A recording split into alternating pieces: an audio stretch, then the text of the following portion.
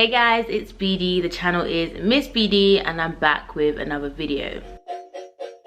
So in today's video, I'm going to do a Q&A. I've gotten quite a few emails and questions on Instagram just about optometry, pre-reg and random things. So I'm just going to address those questions today in this video. Alright, so how much emphasis do employers place on previous experience for pre-reg? Just a quick summary, when you do optometry, you do your 3 years at uni and then you have a pre-reg year. Although it's kind of changed now, I think. When I was doing it, you would do 3 years at uni, graduate, do your pre-reg, do your OSCE, qualify. I think now though, in some places you're doing 2 years and then your pre-reg and then going back to finish uni. So I'm not really too sure what's going on with all that. If I figure that out, I might do a separate video comparing like how it used to be and how it is now. But for the purposes of this video, I'm talking about how it was back in my day, you know? So in terms of experience, like there's not really that much experience that you can have. Some people work part-time in like an optician's, or some people have family members that are optometrists so they can sit in site tests and stuff. But ultimately you have to do a pre-reg. Like it's part of the program, like you have to do a pre-reg in order for you to qualify. So it might take longer for you to get one, it might be harder for you to get one if you don't have experience, but that doesn't mean you're not going to get one because you have to. Do you know what I mean? I don't think they emphasize it that much, but I do think that it would be helpful to have some if you can get one. If you can't, don't come and kill yourself. Do you know what I mean? Like it's not that deep, but if you can, then cool, why not? Like get some experience. Do they care about extracurricular activities in your interview? So in terms of interview for getting into optometry school, they ask you all those random things like, do you do anything else? And I just said that I used to play tennis and did athletics, and then when I did my pre-reg interview, I was saying like I was part of ACS or like whatever societies in uni that you're part of. I don't think it's gonna make that big of a difference. Like not to say like do other things, like your life shouldn't just be optometry, but don't force it for the sake of getting a pre-reg. You'll get a pre-reg. Do you know what I mean? Okay, what was your application and interview experience like? All right, so I'm assuming this is for pre-reg. So application, I don't actually remember. All I know is that I applied for the main 3. So like so you can do working, and this question comes up later actually, you can work in like a multiple, which is like your big opticians that everybody knows. They got great slogans, you see the adverts on TV, that kind of thing. You can work in the independent, which usually are a bit smaller, not quite as big, kind of more boutique, kind of niche, or you can work in a hospital. So for my applications, I applied to the 3 main multiple opticians. They normally come into your uni and talk about how great they are, and then you apply. I got, it was actually so long. Okay, quick summary story time. I basically got accepted for 1 big multiple, and then they just messed me around and they were telling me I got in, I had an interview, I didn't have an interview, and then when I'd had the interview they emailed me saying, oh hey, you need to have an interview, but I'd already had it. Anyway, it was just long, so basically I didn't go with that one because they were just long. But then the second multiple that I applied for, that's where I eventually ended up going. So I did mine in a multiple in a small store but in a big company. Yeah. And then what was the other, and then interview experience. So like I said, I had the interview with the first big company and they just asked, you know, basic things like why optometry, what makes you good for the role. It's like basic interview questions. Name a time where blah blah blah, give an example of blah blah blah. Yeah, so that was that. And then when I had the interview for the place I eventually did my pre-reg, it was a similar thing. The person who interviewed me was the person who ended up being my supervisor. So it was good, I was able to ask questions. I would say ask questions. Ask about the previous pre-regs, if they've had pre-regs before, did they pass, are they still in a process? Because sometimes it will overlap. If a pre-reg before you were still kind of working through their year, that might overlap and affect you. So ask questions, because as much as you need a pre-reg spot, they also want a pre-reg, like it benefits them. Do you know what I mean? So yeah, ask questions. I might just do a whole video on pre-reg interviews. Yeah. So next question, which type of pre-reg would you recommend? And I briefly touched on this in terms of there's the independent, there's the multiple, there's the hospital. Pros and cons of each. Now when it comes to multiples, it's great because you have the backing of a big company. They have like training courses they can send you on, la la la la. When it comes to multiples, I think it's more important to think about how big the store is rather than what multiple it is. Like you can go to multiple X or multiple Y, but a big store in one can be just as good or bad as a big store in the other. I did my pre-reg in quite a small store, which was good because I was the only pre-reg, which is also bad. But yeah, there's different pros and cons. So it might not be as busy, you might get more one-on-one time if it's a small store. However, if it's a bigger store, you might have get your numbers up really quickly because there's a heavy flow of patients. You might get difficult patients, like RGP patients, quite hard to find, and in a big store, like you kind of know which patients are RGP patients, and then you can have them come through. Or you've had a pre-reg before you who can say, oh yeah, I saw Mrs. So-and-so, she qualifies for this competency, you call her and see if she'll come in, that kind of thing. So pros and cons. With independent, I didn't do it in an independent, but it's all the same thing. I think the main difference is between working in practice and working in a hospital.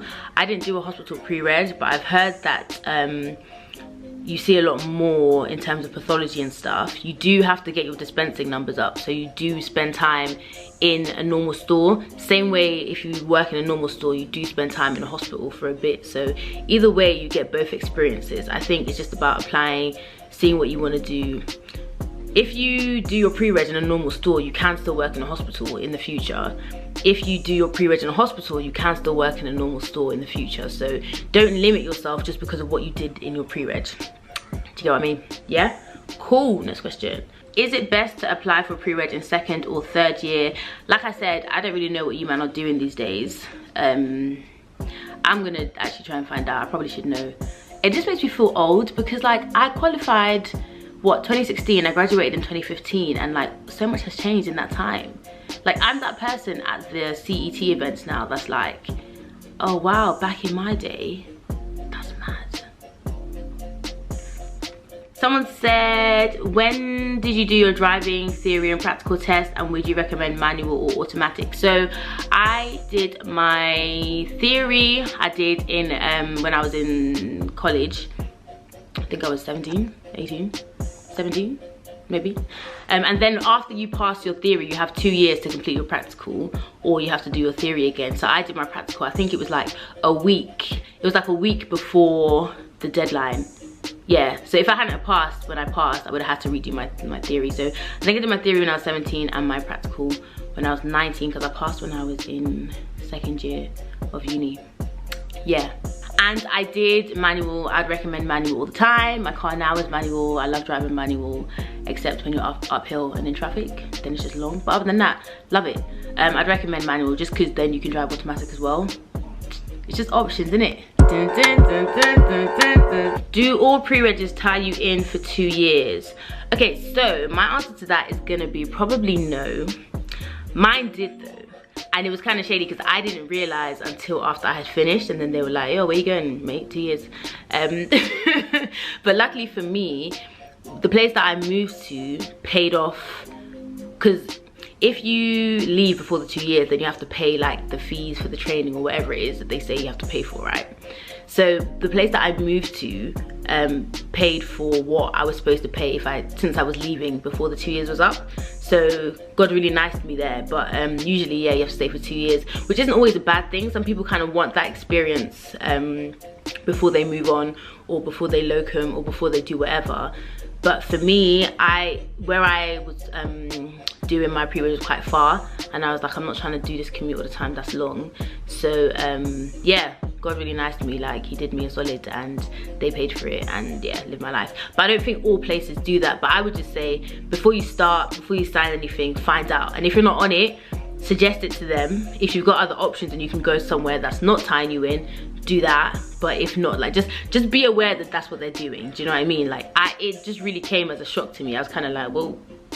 Which company is best for pre-reg? Like I say, like they're all basically the same. I mean, I only did my pre-reg once, so I only did it with one place, so I can't compare in terms of my own experience, but you're doing the same thing. And an optom who did their pre-reg with X and an optom who did their pre-reg with Y are both still optoms now, so it's more about you and just passing as opposed to where you do it. Of course there's like pros and cons and everything, but yeah, I don't personally think one is better than the other. But like I said, I only did it in one place, so I can't really make a fair comparison, you see me? What was your commute like for pre-reg? Okay, so my commute was long. So it was in Hertfordshire, which is kind of like just outside London, so it was kind of like an hour drive. I had to do up motorway driving, and I like driving, but when you're driving and like you're going to an exam, or like you just know it's going to be a long day at work, or you're driving home from a long day at work, or when it's like really like, you know, when it's winter and it's like dark when you leave and dark when you get home. Long. Like if you can avoid a long commute, I would suggest avoiding a long commute because it's long. So yeah, mine was kind of long, and then it was awkward. So like even if I wanted to get trained, it was just kind of awkward. Like to walk from the train station was like it was just long. If you can avoid a long commute, then great. Like obviously there's pros and cons. You have to weigh up the pros and cons of everything else about that place. But personally, to me, I would avoid a long commute because mine was long. That's probably why I didn't want to do the 2-year tie-in, because then I'd have to keep making that commute, and that's long, you know. Would you recommend laser eye surgery? So I don't want to do up hypocrisy because obviously I haven't had laser eye surgery. I wear glasses, I am myopic. I'm not gonna lie, like glasses are my thing. I kind of like them. And also when I get to about 45, I'm gonna be really happy that I'm short-sighted because I'm gonna be able to see things up close. But we move. In terms of when I have patients that come in and they ask about laser eye surgery, then yeah, like there's nothing wrong with it. I wouldn't say it's unsafe. Like I wouldn't say it's risky. Of course there's risks. Whoa. Of course there's risks to any kind of surgery you're gonna do, but with laser eye surgery, especially now, the technology that they use, it's pretty safe and it's good. Do you know what I mean? So if that's something you can afford, if that's something you're suitable for, and if that's something that you want to do, then yeah, I would say do it. Like why not? If you don't get on with contact lenses, if glasses aren't really your thing, then yeah, do it. Like just do your research. I always say to people, if you're gonna do laser eye surgery, don't just go to one place because your friend went there. Like go to different places if you can. Some people do free consultations and get multiple opinions, and so they can tell you, yeah, you're suitable, yeah, it would work like this, it would be this much, blah blah blah, here's the risks, here's the benefits, here's the pros, here's the cons. Just do your research before you go. I don't think anything's wrong with laser eye surgery. It's a lot safer now than back in the day, and people were doing it back in the day, so do you know what I mean? Live your life. Did you ever consider studying orthoptics? I am not gonna lie to you, I didn't know what orthoptics was until I want to say maybe second year, because when do you start doing like eye muscle stuff and like BV? Whenever we started doing BV, that's when I knew what orthoptics was. So no, I didn't ever consider studying it because I didn't know what it was, and it's really hard, so no, I probably wouldn't have considered even if I knew what it was. But yeah, it's really difficult. Yeah, apparently like it used to be funded, the course used to be funded by the NHS, kind of like nursing, but I know an orthoptist who said yeah, they don't do that anymore. So I mean, you guys are in high demand, so yeah, if that's something you're on, then do it. But me personally, I didn't consider doing that. How do you stop optometry becoming repetitive? You don't. I'm joking.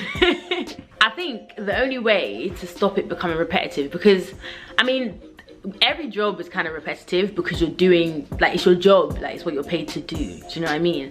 I stop it being repetitive by not working. I'm just kidding. I stop it being repetitive by not doing the same thing every single week. So I would try like maybe do 2 days in a hospital, maybe do 2 days locuming, maybe do 1 day doing something else. I don't know, but I feel like just being in different environments makes it less repetitive. If you're going to the same place 5 days a week, like seeing the same people, interacting in the same space, like for me, it just drives me crazy, and I haven't done that in a while. So even if you locum, like when you locum, chances are you're not in the same place that often. So it just means that even though you're doing the same job, which you signed up for, I'm not gonna lie, at least then it's different environments, different people, different patients, that sort of thing. Another thing I think makes it less repetitive is just remembering the fact that like the patients are different. The only thing that really changes about your day, like once you're in that day, regardless of where you are, is the patient that you're seeing next. And so I always try and find something interesting or have a chat with or remember something about each particular patient. And you'd be surprised, like some people are mad funny. Like some people I have actually so much fun with and I'm like, no, don't leave me. But yeah, so those are the only things I think that makes it less repetitive. Yeah. Right, how many questions have we got left? Any tips for going into 3rd year?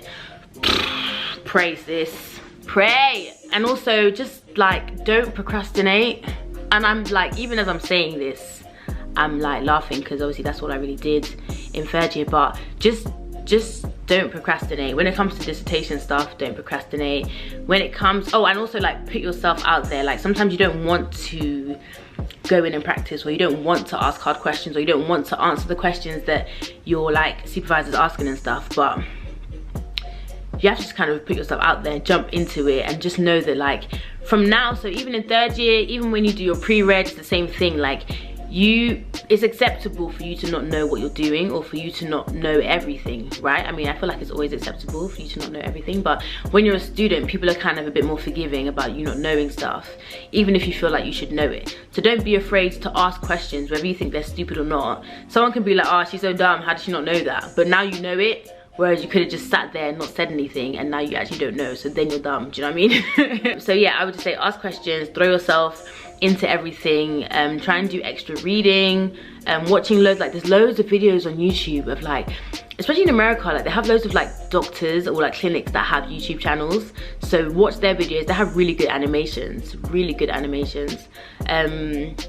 reading books, articles, just kind of like immerse yourself in optometry. Like don't let it be like you go to the library, you read, and then you come home and you don't do anything.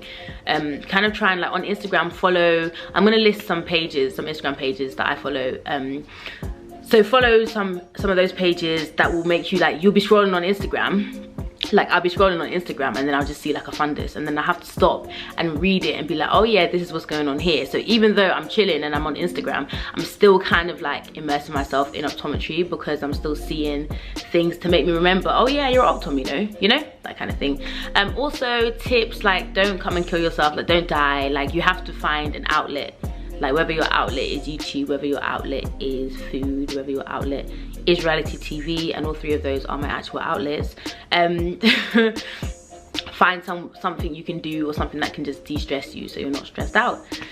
Yeah, those are my tips for entering 3rd year, and just for life really. Anything you would have done differently in your pre-reg?